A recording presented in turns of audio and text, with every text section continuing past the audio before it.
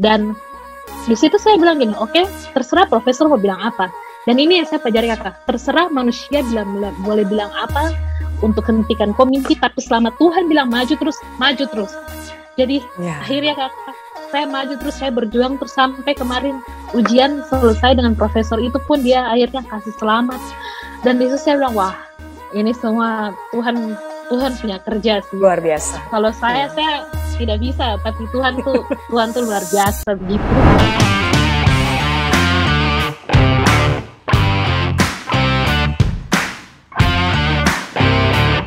Dolvina Mansnembra disapa dengan sapaan cantiknya Olvin. Ya, Olvin gimana? Salam sehat? Salam sehat kakak. Terima kasih banyak untuk waktunya. Sama-sama Ade. Nah teman-teman, senyum lebarnya bisa dapat kesempatan di YouTube-nya Kak Popi untuk berbagi. Luar biasa. Karena itu tujuan kita, Ade, untuk bagaimana menginspirasi banyak orang, terutama anak-anak Papua yang sebenarnya mampu. Nah, dengan cerita, kisah daripada adik-adik ini, salah satunya Ade Olvin, bisa menginspirasi teman-teman muda di luar. Nah, bagaimana ini hingga Olvin bisa ke Jerman coba dan memilih jurusan teknik laser yang notabene didominasi oleh laki-laki. Coba.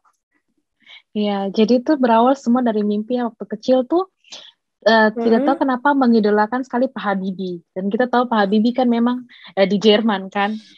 Jadi tuh kayak dari kecil tuh cita-cita kalau boleh ya Tuhan, kalau dapat kesempatan kuliah ke luar negeri, pengen sekali ke Jerman. Nah, terus dan mulai dari SMP tuh mulai suka sama namanya fisika. Tapi sebelum suka tuh benci dulu sama ini fisika. Tidak suka sekali dengan pelajaran fisika. Nah, tapi dan dari benci akhirnya jadi cinta. Betul, jadi cinta akhirnya sama fisika ini. Jadi pikir gini, kalau gitu nanti kalau kuliah, ini kayak waktu kecil ya berandai-andai gitu, kalau mau kuliah jurusan fisika, tapi tidak mau fisika murni, maunya ke bagian teknik gitu. Karena saya rasa kalau teknik lebih bisa diaplikasikan di banyak hal seperti itu. Nah, terus sudah habis itu, waktu itu lulus SMA dan ada kesempatan mereka buka untuk kuliah ke Jerman, melalui satu program kuliah ke luar negeri, yaitu adalah program dari Euro Management gitu. Akhirnya saya coba ikut dari situ, kemudian itu harus kursus bahasa dulu pertama di Jakarta 6 bulan. Habis itu sampai di Jermannya kita juga tidak langsung kuliah. Kita harus masuk ke namanya student college.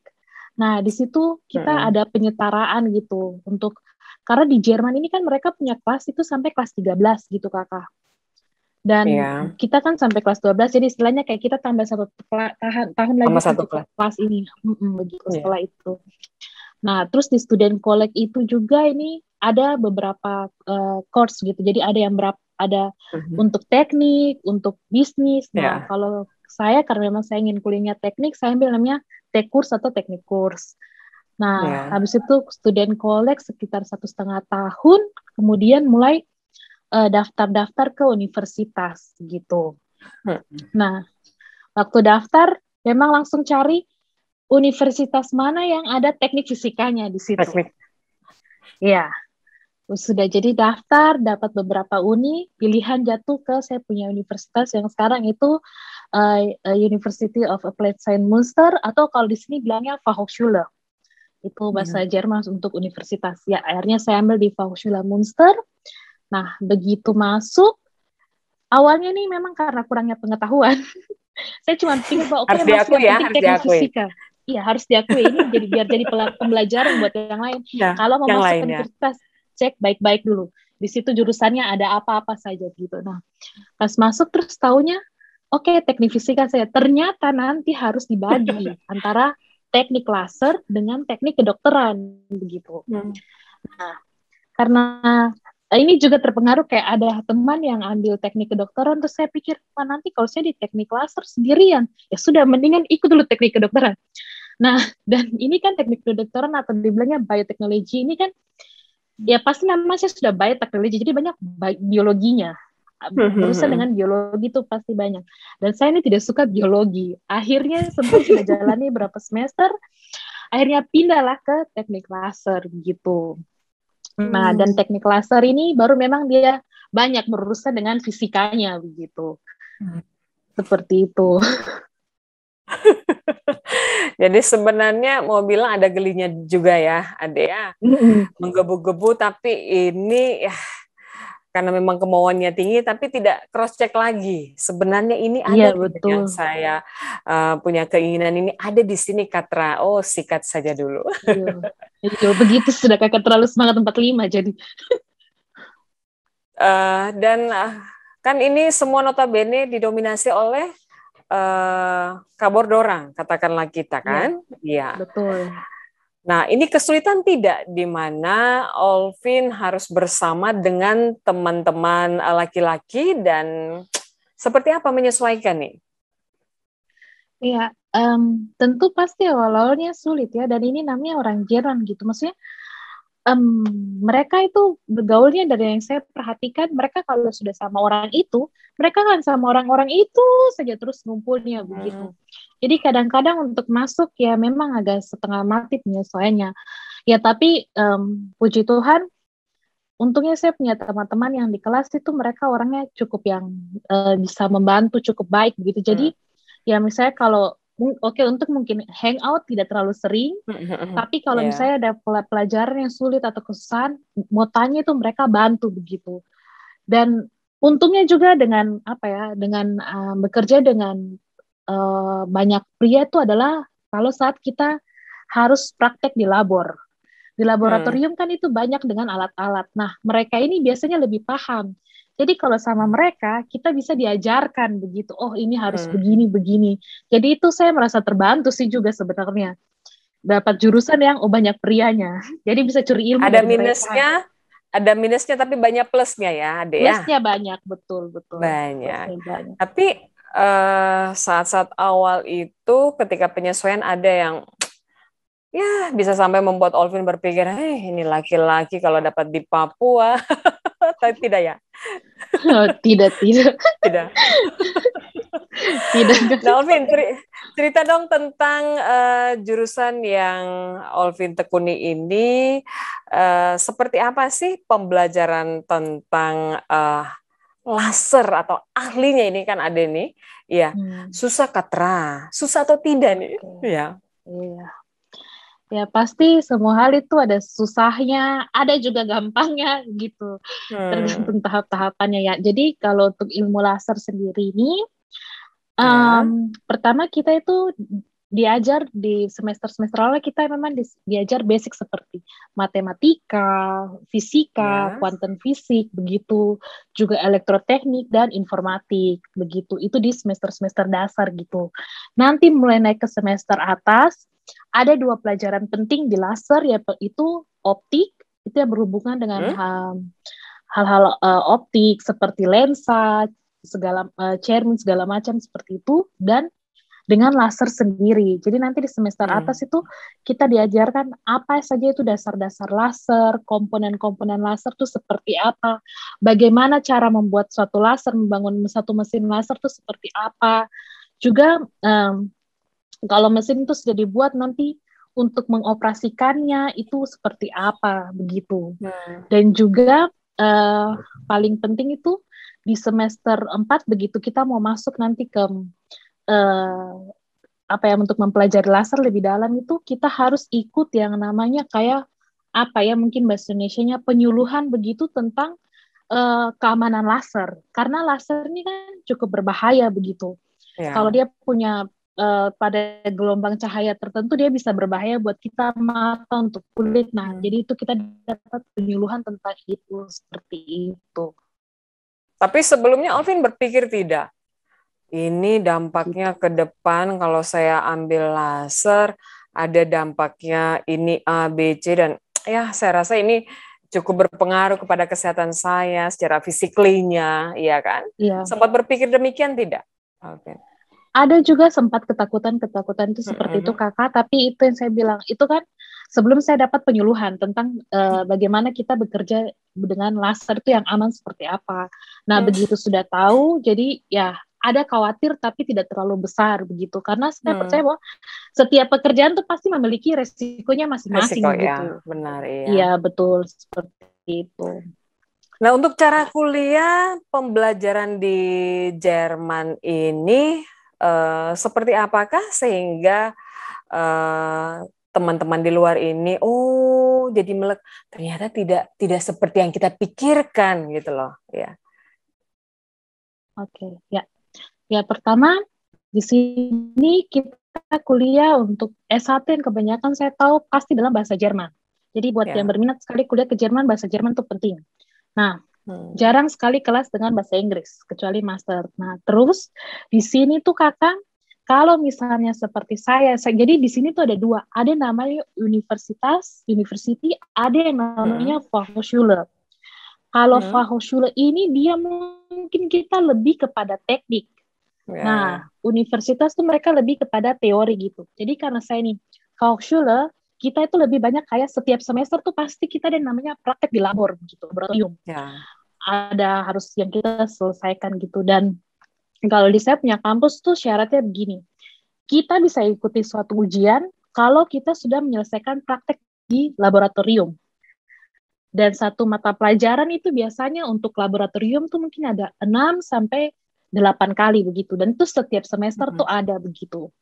Nah, terus jadi di sini jarang sekali yang namanya mau ada PR atau ada seperti mungkin presentasi begitu di kampus itu jarang sekali di setiap kampus gini. Yang kebanyakan yaitu praktikum di labor, terus tugas-tugas itu juga jarang, pokoknya tugas-tugas tambahan itu jarang sekali begitu. Jadi yaitu kita punya nilai, kita tuh kita lulus ini praktikum di labor. Habis itu kita boleh ikut ujian, dan nilai yang masuk, nilai ujian itu sudah begitu. Jadi tidak ada lagi nilai tambahan dari laboratorium atau apa, itu tidak ada lagi begitu. Dan sebenarnya profesor di sini juga mereka yang bisa dibilang sini kuliah santai, karena profesor tidak pernah absen. Mau masuk tidak masuk, profesor tidak peduli. Yang penting dia tahu saja bagaimana nanti akhir kok labor itu beres, kok lulus labor itu dan kok bisa ikut ujian dan lulus itu saja. Jadi mau tidak pernah masuk satu semester di kampus juga profesor tidak pedulikan. Yang penting labor hadir itu saja. Oh, tapi Olvin sempat bertanya ini kok tidak pernah absen, terus cuma penentuan ketika mungkin di laboratorium.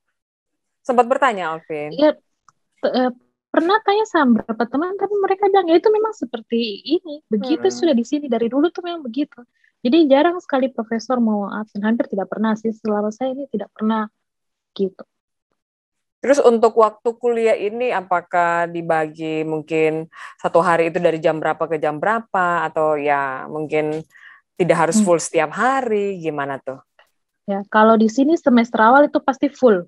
Semester awal sampai semester 4 itu biasa 3 sampai semester 3 itu full begitu. Mulai 4 ke 5 itu tidak begitu sudah full mulai lagi. Renggang. Iya, sudah mulai renggang begitu. Tapi tiap hari ya, Alvin? Iya, tiap hari pasti ada kuliah begitu. Mereka di sini ada kuliah, terus habis itu ada pasti laboratorium yang tadi saya bilang itu, kayak begitu. Sampai hari libur pun juga masuk? Kalau di sini Senin sampai Jumat, Sabtu itu pasti tidak ada apa-apa. Senin sampai Jumat. Iya, begitu. Nah, ini Olvin di sana tinggalnya di mana? Yang Ya kakak, jadi kalau dulu itu saya sempat tinggal di asrama mahasiswa selama beberapa tahun. Nah, terus habis itu karena saya punya kampus nih kebetulan kan di kota kecil toh. Karena waktu itu sudah mau dekat-dekat selesai, terus saya pikir saya pengen pindah ke kota yang lebih besar, karena kalau kota yang lebih besar cari kerja juga biasa lebih gampang, cari kerja sambilan ya di sini kakak yang saya maksud. Nah, jadi sekarang saya tinggal di kota yang lebih besar, namanya kota Münster. Nah, ini tuh saya tinggal di satu apartemennya ada 4 kamar, tapi kita baku bagi dengan student lain. Jadi ada tiga mahasiswa lain yang tinggal bersama-sama dengan saya gitu. Dan ya Tapi hal itu normal iya, di Jerman, Kakak. biasa ya. Iya, Iya. biasa. Jadi Karena di sini kalau ya, kalau di Jakarta kan kalau tahu tinggal di apartemen, loh mahasiswa coy, tinggal di iya, apartemen gitu kan. Tapi kalau di iya. Jerman itu hal yang lumrah, biasa-biasa Iya, aja. Kakak, karena iya di sini tuh tinggal di apartemen biasa kan, karena orang di sini kan rata-rata memang lebih murah tinggal di apartemen. Kalau tinggal di rumah kan memang mahal sekali, dan biasa kan di sini dibilang yang punya rumah tuh orang yang memang berada. Kalau ya Hmm. yang biasa-biasa saja ya, atau yang ini ya biasa rata-rata tinggal di apartemen gitu. Tapi yang sempat tinggal di asrama itu bukan karena kota kecilnya, ataukah memang ini saat itu Hmm. Olvin merupakan sebuah strategi Olvin juga ini pikir-pikir saya atau teman-teman supaya ya meminimalisir dari segi ongkos dan lain. Begitukah Betul. atau? Betul, Kakak. Dan jadi tinggal waktu itu di asrama karena pertama dari segi ongkos lebih murah, terus kampus depan rumah pas-pas, dan itu yang saya bilang karena kalau ada jadwal untuk praktek itu lebih enak begitu tuh, lebih enak tinggal lebih dekat. Jadi kalau misalnya ada kosong sebentar bisa pulang ke rumah makan atau apa terus balik lagi Hmm. gitu. Uh, Nah, jadi sudah ketahuan teman-teman Seperti itu. sebenarnya bukan soal ketika kampusnya dekat dengan rumah juga, tetapi ya meminimalisir pengeluaran-pengeluaran. Jadi memang Betul. otak-otak anak-anak kuliah itu ya seperti itu. Nah, untuk Iya. Alvin, untuk penyesuaian tentang makanan gimana nih? Karena kan biasalah kalau kita di Papua kan tiba-tiba ke Hmm. Jerman. Gimana dari awal nih?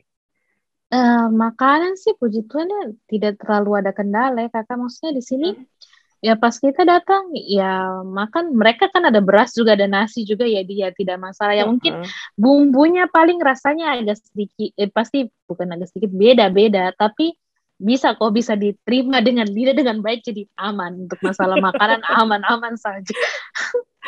Anak kuliah apapun Iya. itu tetap harus bisa menyesuaikan Iya, ya. bisa, iya. Kalau nanti terlalu banyak pikir-pikir, nanti aduh sudah, nanti tidak bisa menikmati, jadi ya sudah, apa yang ada nikmati saja. Hajar saja, hajar Hajar saja.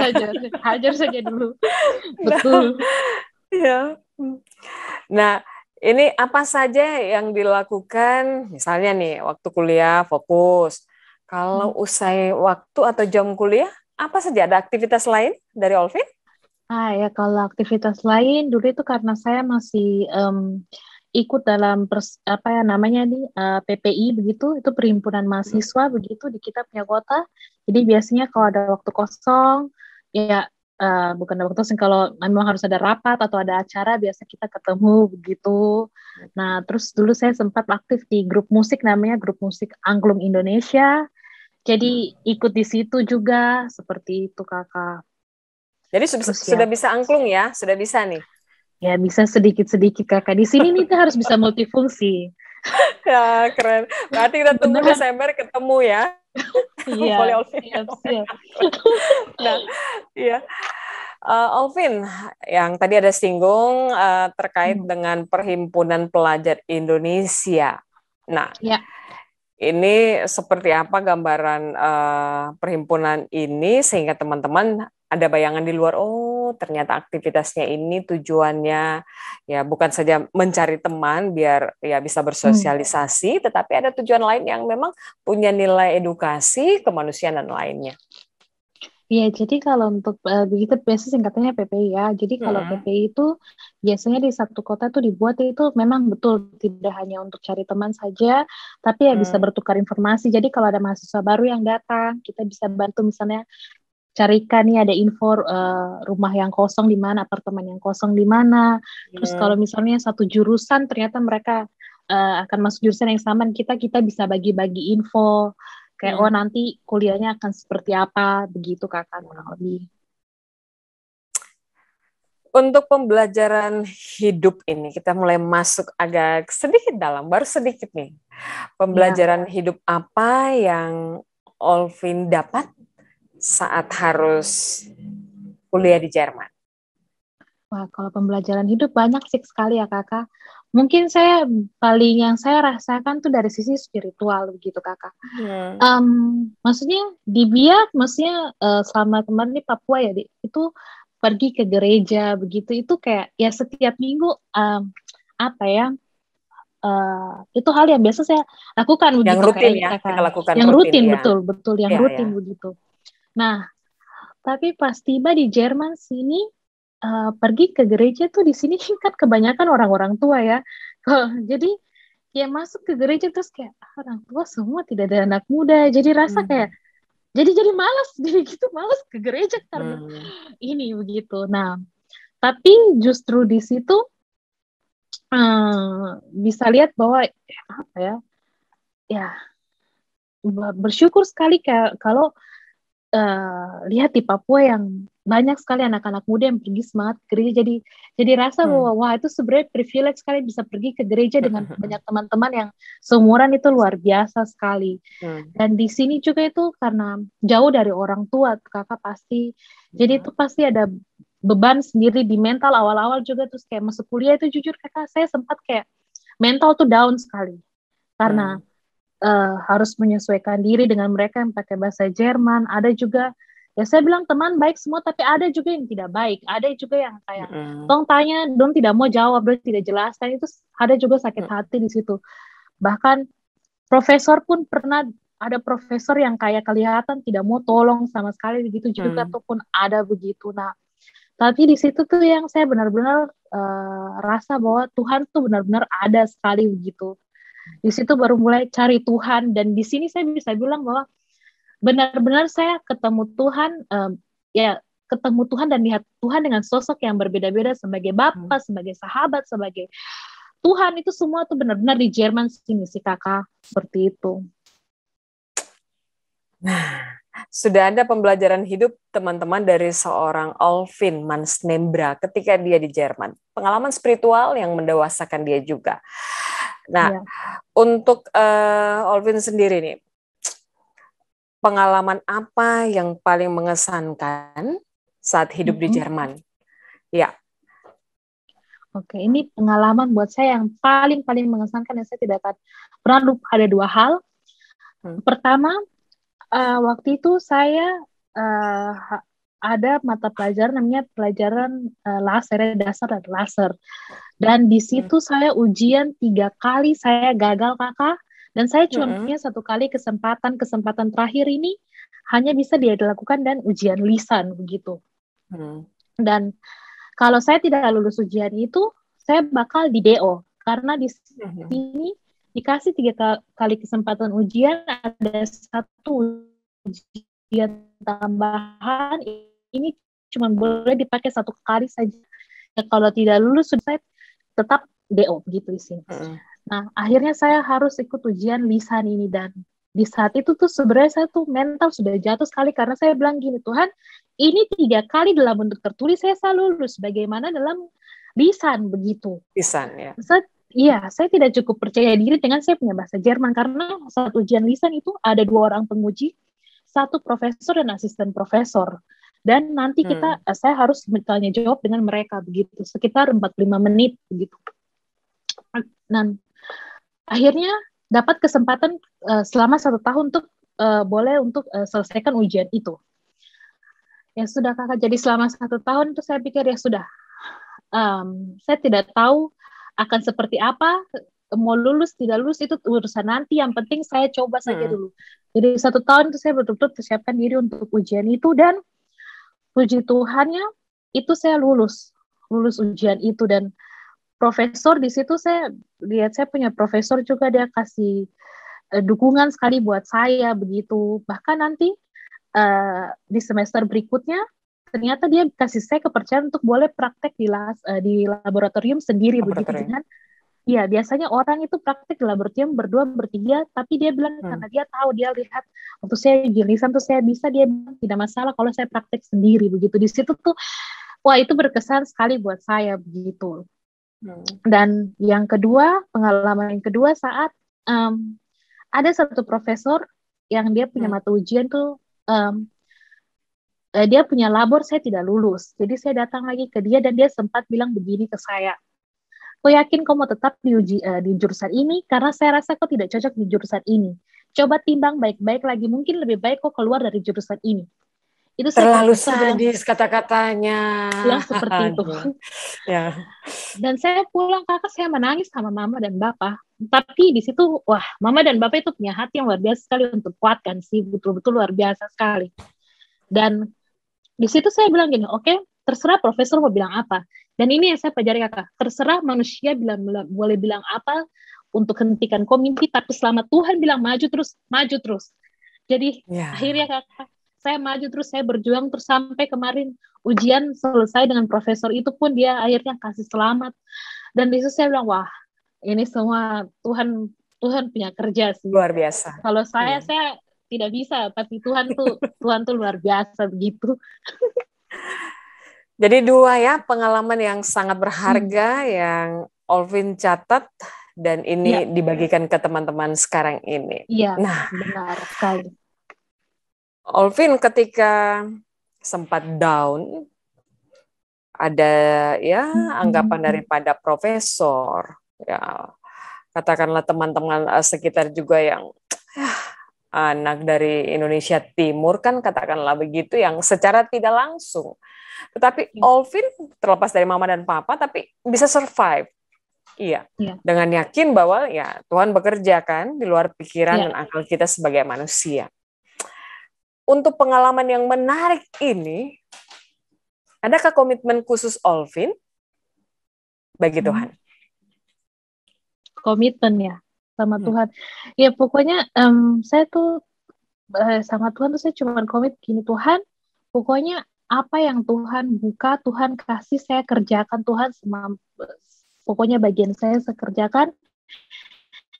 Yang genap itu semua Tuhan gitu. Jadi pokoknya komitmen saya adalah kerjakan apa yang Tuhan kasih buat saya dan tidak komplain, tidak banyak-banyak komplain. Kalau bisa jangan komplain-komplain sudah begitu. Pokoknya itu sih. Jadi ya ikut saja apa yang Tuhan mau dan tidak komplain-komplain. Seperti itu saya komitmen itu seperti itu saja. Dan ketika sukses Olvin di wisuda, apa pertama kali yang dilakukan Olvin saat itu? Berdoa kakak. Habis itu berdoa. Bertelepon bapak dan mama. Jadi doa dulu ya buat Tuhan baru mama dan papa ya? Iya. Oke. Ada reward khusus tidak dari mama dan papa saat itu? Oh, mama dan papa kebetulan saya tidak tahu bagaimana, tapi mereka menghubungi 2 orang teman di sini untuk bawakan bunga sih, dan itu saya kaget karena saya tidak ekspektasi. Tapi ya begitu. Ya. Mimpi apa yang ingin Olvin lakukan bagi Papua, Indonesia setelah berhasil lulus S1 sebagai ahli laser ini? Kakak maaf, kalau mungkin detail ahli laser itu saya aminkan dulu, meskipun saya rasa itu perjalanan masih jauh sekali. Harus aminkan ya. Saya aminkan saja dulu. Ya, mungkin mimpi yang terdekat kalau bisa saya ingin sekali bagi-bagi pengalaman ke adik-adik yang ada begitu. Mungkin kalau ada yang tertarik mau tahu tentang Jerman, ya saya mau sekali untuk mereka bisa share pengalaman begitu. Dan kalau misalnya mimpi yang saya ingin sekali itu adalah bagaimana suatu saat bisa punya perusahaan di bidang laser, tapi yang dia punya kantor itu memang di Papua begitu. Seperti itu sih, itu cita-cita yang kayak jangka panjang, benar-benar jangka panjang itu seperti itu. Amin, amin ya. Kita harus aminkan. Dan mimpi ini juga yang akan memotivasi diri Olvin sendiri. Apa yang harus saya lakukan dan nantinya terus saya kejar nih. Ya betul, kakak. Kita sedikit mengingat mama dan papa nih Olvin. Selama jauhan dari mama papa, ya. Ade, keluarga, ada tidak saat-saat di mana membuat Olvin ya rindu untuk ketemu langsung face to face, bukan video call ataupun mendengar suara? Ada tidak? Ada sih kakak, itu momen-momen itu mungkin rasa itu pas masih awal-awal tahun di Jerman, wah itu ingin sekali ketemu, ingin sekali jumpa. Tapi karena memang waktu itu kan sudah sempat pulang ketemu, terus ke belakang-belakang ini lebih bisa dikontrol sih kakak perasaannya. Jadi ya rindu memang ingin ketemu, tapi yang bukan, ayo harus sekali pulang begini, tidak. Jadi ya sekarang tuh kayak ya rindu-rindu, tapi lihat situasi kondisi jadi bisa ditahan-tahan begitu. Lewat Tapi WA semua ada saja. waktunya, iyo. Ya. Terus untuk si Iman ini, ada tidak protes khusus atau aduh dikit-dikit sudah ada WA masuk. Ini kira dari mama dan papa atau teman-teman kuliah tahu-tahu ya Iman. Sering saat itu intens. Oh, Iman tidak terlalu sering sih. Dia juga tuh telepon cuma sekedar saya hello, paling juga telepon paling bicara game begitu, jadi ya sudah. Iya. Nah, apa didikan daripada orang tua, mama dan papa, ya, yang dijadikan Olvin sebagai tumpuan, ya, dalam perjalanan hidup hingga bisa Olvin sukses sekarang ini? Ya kakak, ini saya bersyukur karena saya punya dua orang tua yang sifatnya itu agak-agak, kalau saya bilang agak-agak terbalik, tapi saling melengkapi. Mama itu sifat keras gitu. Mama tuh didik dengan keras gitu. Dari kecil tuh sudah harus bisa les, ini itu sampai dulu kadang saya kayak, mama ini dia suruh les terus orang capek begitu. Tapi sekarang tuh saya bisa rasa banyak untungnya begitu. Dan ya mama itu tegas, didikan keras, bapak itu lembut. Jadi itu saling mengimbangi begitu. Jadi kayak saya belajar untuk bagaimana dalam setiap keadaan itu harus survive, harus kuat, harus maju terus itu karena mama punya didikan yang keras, tapi juga punya apa ya, dari bapak punya sifat yang lembut itu juga yang bikin untuk ya mungkin dari sisi sosial bagaimana ini dengan orang lain, apa itu belajar dari bapak punya sisi lembut itu, seperti itu kata. Jadi ini juga yang sebenarnya Olvin jadikan dia sebagai ya kedepannya harus lebih baik ya, artinya jadi cermin lah Betul, buat perjalanan hidup betul, Olvin betul. sendiri. Iya. Nah, untuk didikan orang tua tadi sudah dibagikan Olvin buat teman-teman sekalian. Kita ingin lebih dalam lagi, seperti apa sih sosok mama, papa bagi Olvin, dan seberapa penting sih mereka ini bagi Olvin? Wah, mama dan papa itu kalau bilang yang paling berharga sudah, harta yang paling berharga sudah. Ya dua orang yang apa ya, yang punya hati yang luar biasa, punya um, semangat yang luar biasa dan dukungan yang luar biasa untuk anak-anaknya. Kita anak-anak dikasih ya apa ya, dukungan untuk kejar, terserah mau jadi apapun, mama dan papa tuh tidak pernah batasi begitu. Mereka tuh tipe orang tua yang membebaskan untuk bisa pilih apa saja, tapi ingat pilihan itu harus benar dan harus tanggung jawab dengan pilihan itu begitu. Dan kalau sudah ambil itu pokoknya jalani terus sampai tuntas begitu, seperti itu sih. Mama yang lebih strong, Ya, papa lembut, iya, tapi balance iya, ya untuk saling melengkapi ini. Nah, balance ya, kakak, dan Olvin betul. sendiri, ya, merasa mereka adalah figur-figur yang luar biasa dalam hidup Olvin. Nah, kita juga ingin tahu bagaimana Olvin Ya. sampai saat ini, dan ketika kemarin di Jerman sedikit ya harus benar-benar meminimalisir dari segi keuangan. Ada cerita Kak di balik kesuksesan Olvin yang ada di Jerman ini, uang kuliah sekian-sekian, contoh ada kebutuhan ini, ya mungkin saja sabar dulu, adakah saat itu yang dialami? Atau di tengah kebutuhan lainnya yang menurut Olvin butuh perhatian juga dan saat itu mama dan papa super sibuk. Gimana? Ada nggak? Puji Tuhan sih sejauh ini tidak ada kakak, rasanya tuh berkat itu selalu ada, kalau butuh tuh tidak tahu kayak mama dan papa kalaupun lagi sibuk atau mungkin lagi tidak bisa kirim tuh tunggu pun tidak akan terlalu lama karena pasti ada saja Tuhan kasih gitu kakak. Dan di sini tuh kayak wah, saya lihat Tuhan itu buka jalan untuk berkat ya kakak, secara material tuh dari mana-mana begitu kakak, dan yang tidak terduga tuh ada saja begitu. Dan kalau di sini juga puji Tuhan kan masih bisa kerja-kerja sambilan, jadi untuk masalah keuangan tuh masih bisa tertutupi karena ada kerja-kerja sambilan gitu, jadi tidak terlalu yang ini sekali gitu. Kata-kata apa atau kalimat atau ucapan apa yang kerap Mama sampaikan ke Olvin ataupun Papa sampaikan ke Olvin setiap ada komunikasi? Ya, mama dan papa tuh selalu kasihnya tetap semangat terus itu bener tuh selalu kata-kata dong selalu ucapkan tuh tetap semangat terus, tetap sabar, tekun, tekun, tekun. Itu selalu bilang ingat tekun. Seperti itu. Begitu. Dan sudah Jadi terbukti semangat dan ya. tekun. Iya. Iya. Nah, reward dapat bunga dari Mama dan Papa. Apa itu cukup, Olvin? Wah, kakak, kalau misalnya bunga ini sebenarnya itu cuma buat saya itu sebagai lambang saya karena yang mereka kasih buat saya rasa sudah terlalu besar ya selama saya hidup ini tidak pernah kekurangan satu apapun. Jadi saya bilang bunga itu cuma sebagai lambang, tapi reward yang lain itu sudah terlalu banyak yang saya dapat sebagai seorang anak dari papa dan mama. Olvin selama ini waktu masih bersama tinggal di Biak dan ketika harus berpisah yang dulunya tidak mandiri, boleh katakanlah tinggal merengek sedikit tanpa merengek pun tetap akan dipeluk, dibelai dan sebagainya. Tapi ketika di Jerman harus jadi mandiri. Adakah hal yang menurut Olvin harus saya sampaikan buat Mama dan Papa atau harus saya lakukan? Setidaknya bukan untuk membalas budi baik, tetapi untuk ya memberikan kesan bahwa ini loh penghargaan saya buat Mama dan Papa untuk sementara. Mungkin kata-kata begitu ya buat mama dan papa Ya. atau Okay. Ya. Iya.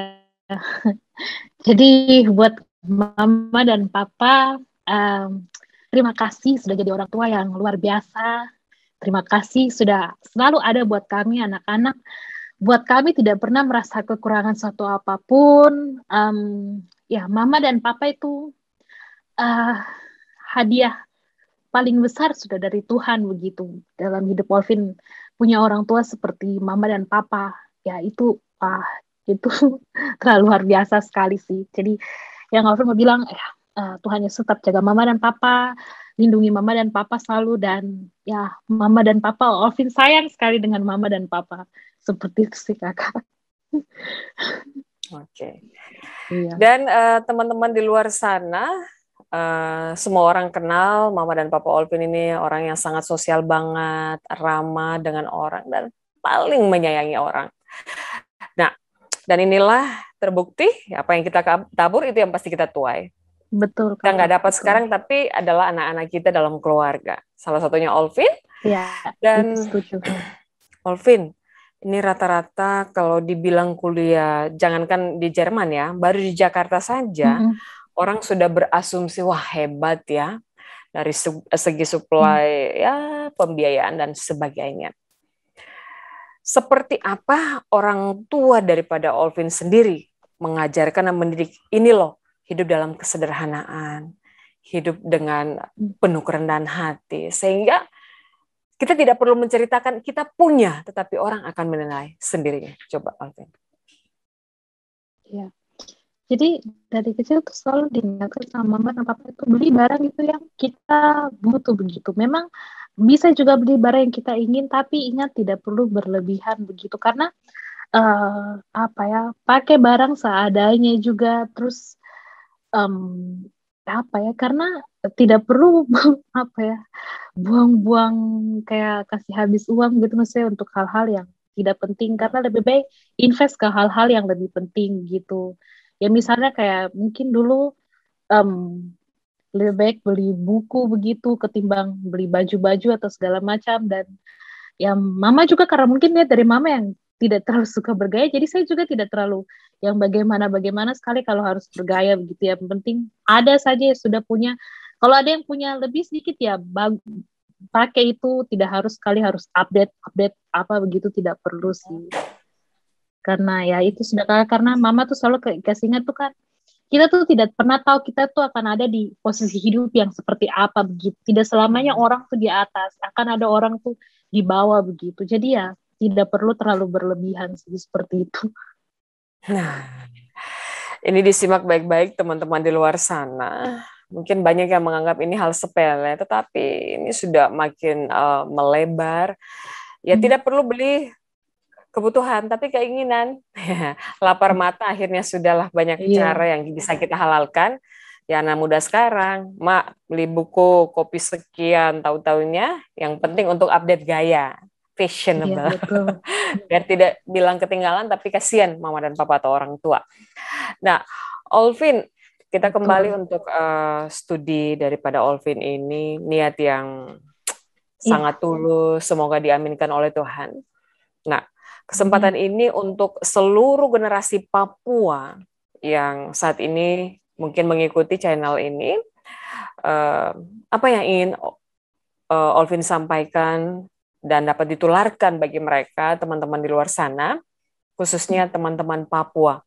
Ayo, misalnya, belajar sedini mungkin supaya ya harus bisa juga mengikuti jejak saya, hal yang banyak yang positif bisa diambil. Ya, coba. Oke, jadi ya buat teman-teman paling penting itu punya mimpi.